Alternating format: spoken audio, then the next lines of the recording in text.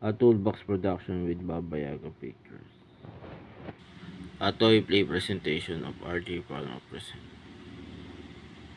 Last Star Season 9, The Sparkle of Minds, created by RJ Palma. Viva El Zorro, Episode 1. Guys, makinig kayo. Yes, Master Pedsing. Yung ibang ayaw sumunod sa atin ay ipatapon nyo at dalhin nyo sa isang isla.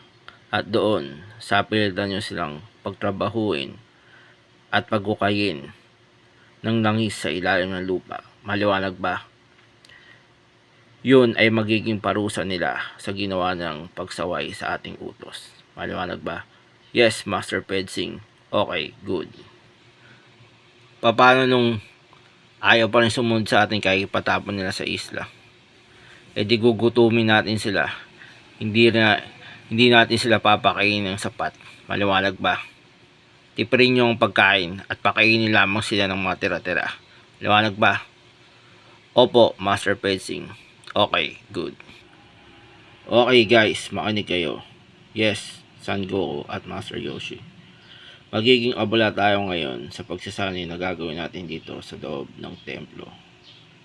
Kaya hindi natin mapapansin lahat ng kaguluhan na nangyayari sa labas. Dahil hindi natin sila masagap o makakapasok ang negative energy nila dito sa loob ng templo. Maliwanag ba? Maliwanag po, Master Yoshi at Son Goku. Ikaw naman, Joaquin, need mo mapagpukusan o alisin ang iyong takot. Kaya, kailangan mo talaga dito na mag-concentrate ng matindi dito sa gagawin natin pagsasanay. Maliwanag ba? Opo, Master Yoshi at Son Goku. Okay, sige. Simulan natin ang pagsasanay dito sa loob ng templo. Ngayon, Don Lizardo at Pedsing, matapos ng kontrolin ang buong bayan ng San Rafael,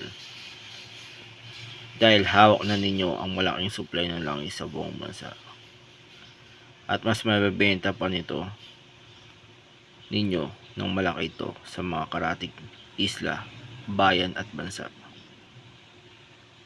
na nangangailangan na langis. Ano ang susunod nyong plano? Yan ang pag-iisipan namin Vice Mayor Victor Montero sa ngayon. Ngayon, matapos malaman ng Royal Navy ang ginagawang pananakop nila Lizardo at Pedsing sa bayan ng San Rafael, kaagad nag-react ang mga higher officer para patawan ng sanksyon sila Pedsing at Lizardo sa ginagawa nilang pananakop. Kaya magpapadala ng mga sundalo ang Royal Navy para huliin ang magkapatid sa bayan ng San Rafael. Anong gagawin natin ngayon, Captain Firestar? Hindi ko rin alam, Commander Big Star. Baka may naisip ka naman, Super Agent Big Bang. Wala rin ako maisip. Pero alam ko, kailangan natin pamunuan ang mga sundalong ipapadala doon sa bayan ng San Rafael para huliin ang kapatid. Tama ka dyan. Pansamantala daw muna nating hawakan ang buong isla. Kaya magmamarcha ang mga sundalo natin papuntang San Rafael para pigilan ang magkapatid. Guys, makinig kayo. Ngayon pagkarating natin dito sa bayan ng San Rafael, ay pasamantala muna tayong titigil magmarcha. Dahil putol na kasi ang tulay papuntang bayan mismo ng San Rafael. At hindi tayo makakatawid kasama ang inang mga batalyon na kasama ang inang batalyon ng mga sundalo natin.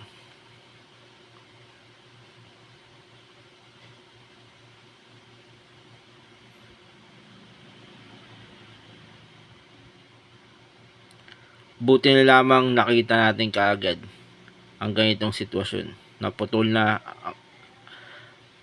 ang daan papuntang bayan ng San Rafael. Ngayon, mag-iisip pa tayo ng paraan or gagawa pa tayo para makatawid ang mga kasamahan natin patungong bayan ng San Rafael. Maliwanag ba? Yes po, Captain Firestar. Okay, sige. Magpahinga muna kayo. Buti na lang, Pedsing at Don Lizardo, naunahan yung maisip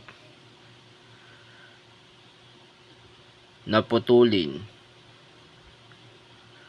ang lahat ng tulay patungo dito sa bayan ng San Rafael bago nyo pa ito hawakan at sakupin.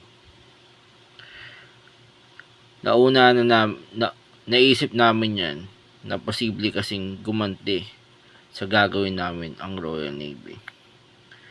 Kaya ganun, pinaputol namin lahat ng tulay papunta dito sa bayan ng San Rafael. If sakaling gaganti sila, hindi kaagad sila makakatawid at mapipigilan sila. Sa ganun, patuloy pa rin namin mahawakan tong bayan ng San Rafael sa gusto namin. Ayun ang sekretong daan nito. Yan ang hindi pa namin napagpaplanuhan kung anong gagawin namin dyan. Pero ang malaga, napigil ng malaking persa nila papunta dito. Sa palagay ko mga kasama, ang tanging pag-asa na ng bayang ito ay walang iba kundi si Zoro. Yun ay kundi pa siya nakakali sa isla na to. Sana nga ligtas na tayo. May narinig din ng balita na sunod-sunod daw ang ginagawang pagkondena ng mga aktivista sa ginagawang pananakop na Pedsing at Lizardo dito sa buong bayan ng San Rafael. At balak daw nila magsagawa ng isang malaking kilos protesta para tutulan ito. Para kahit paano, sana magtagumpay sila. Guys, makinig kayo. Magsisimula tayo sa ating seremonya. Dahil sisimulan na natin panumpain ng mga binatilong ni-recruit natin. Nung nakaraan, maliwanag ba? Yes, Boss Turco. Magaling kung gano'n. And the saga to be continued.